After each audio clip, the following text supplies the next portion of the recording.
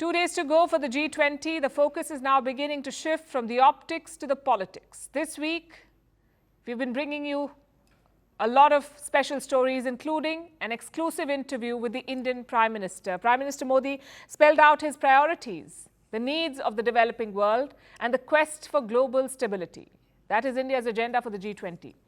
But the rest of the group, especially Europe, may have different ideas. They want to focus on Ukraine instead. Yesterday, European diplomats spoke about this. They said the war will be their top priority. They also had complaints. They said India's draft declaration does not go far enough. And the G7 and the European Union will not accept it. So what will they do? They plan to make interventions wherever possible. In other words, we have the makings of a deadlock. This was not unexpected, really. The war in Ukraine has been casting a shadow on the G20, but it seems Europe is now taking an extreme position. And here's something we must note. The G20, or the Group of 20, is a forum for international economic cooperation. It is not a battleground to raise geopolitical conflicts. But Europe wants to challenge this. I have a quote from a senior European diplomat. This is what he said. It's an illusion that you will just address economic topics. Of course, maybe you can say this is for finance ministers and ministers, and you have all those discussions. But when you have leaders, then it becomes more geopolitical. I think it is maybe the only forum where you have this plenary seating of leaders. So that's how Europe sees it.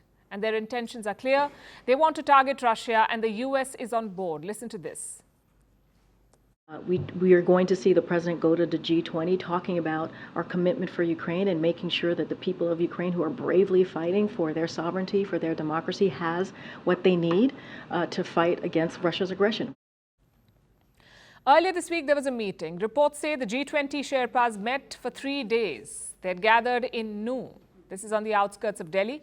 What was the purpose of these talks? To finalize the Delhi Declaration, to thrash out the joint statement from this year's summit, the Delhi Declaration.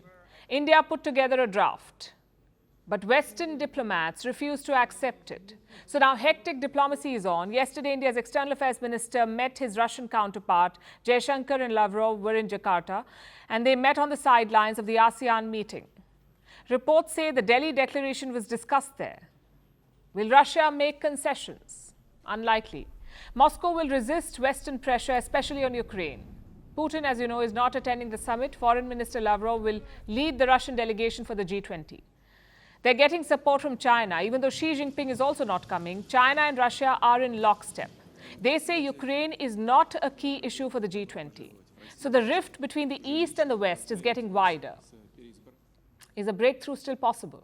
India's External Affairs Minister sounds confident. This is what he said.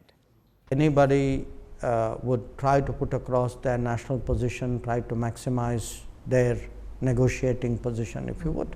I think you should wait and see what actually happens in the negotiation, not prejudge it purely in terms of what may be said on one occasion and what may be the media interpretation of what was said on one occasion. Well, we won't have to wait for long. The summit starts on Saturday. India's capital, New Delhi, has been turned into a fortress. There are robust security arrangements in place. The world's most powerful leaders will be in this city, so security has to be watertight. Armed forces have deployed commandos. There are snipers at key positions. Bomb disposal squads are on standby. They also have a quick reaction crew in case of chemical or nuclear threats. More than 10,000 delegates are attending this event. 70 VVIP planes are expected to land in Delhi. The US delegation alone is said to be bringing more than 20 such planes. All of them will want security details. So adequate arrangements have to be made. India has gone to extreme lengths to secure this event. In fact, I have some numbers for you. 130,000 security officials are on duty, 130,000 officials. 400 firefighters are on call. An array of fighter jets will patrol the skies, including the Rafale, Mirage 2000s and Sukhoi aircraft.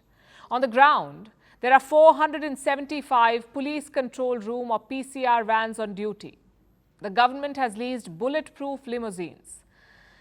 They'll be used to ferry the leaders. How many cars? At least 20 have been rented at a cost of over $2 million.